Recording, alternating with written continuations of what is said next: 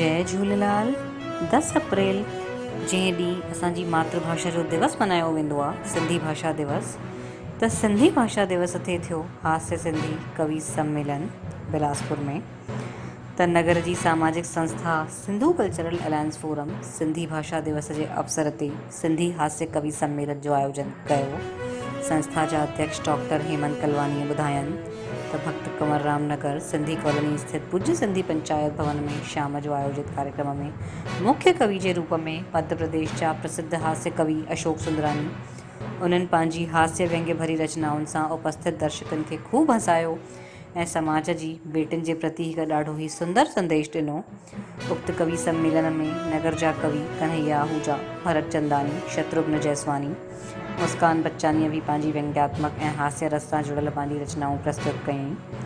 कार्यक्रम में सर्वप्रथम भगवान श्री झूलेलाल जन जे चित्र ते पूज्य सिंधी सेंट्रल पंचायत जा अध्यक्ष PN बजाज, हरीश भागवानी, DD आहूजा, हेमंत कलवानी ऐं कवि अशोक सुंदरानी ऐं संस्था जे सदस्यनि द्वारा माल्यार्पण दीप प्रज्वलन करे कयो वियो।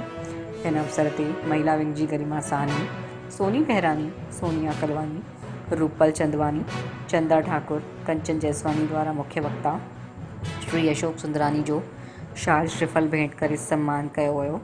संस्था द्वारा आमंत्रित सभी कवि ॼणनि जो पुष्पहार मोमेंटो श्रीफल शाल ॾेई करे सम्मान कयो वियो। हिन विच संस्था जा प्रवक्ता जगदीश जग्यासीअ जे पूज्य सिंधी पंचायत कश्यप कॉलोनी जे नवनिर्वाचित अध्यक्ष थियण ते पूज्य सिंधी सेंट्रल पंचायत अध्यक्ष द्वारा पुष्पहार सां स्वागत कयो वियो। सिंधी भाषा दिवस जे अवसर ते डेरा संत बाबा थारिया सिंह साहिब दरबार उल्हासनगर जा प्रमुख भाई साहब जसकीरत सिंह जी ऐं सन्नी मूलचंदानी जो शाल श्रीफल भेंट करे सम्मान कयो वियो।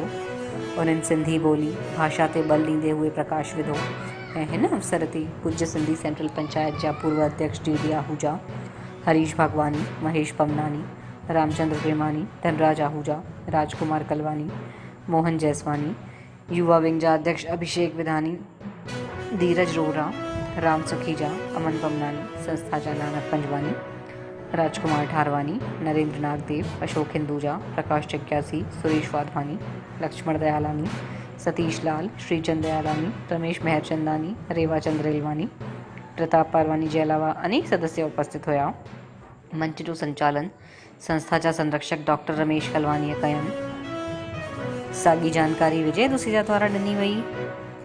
त ख़बर महत्वपूर्ण आहे त असांजो सिंधी भाषा दिवस भी आहे, 10 अप्रैल जो ईंदो आहे। त ख़बर खे लाइक कयो, शेयर कयो, असांजे चैनल खे सब्सक्राइब कयो। जय झूलेलाल।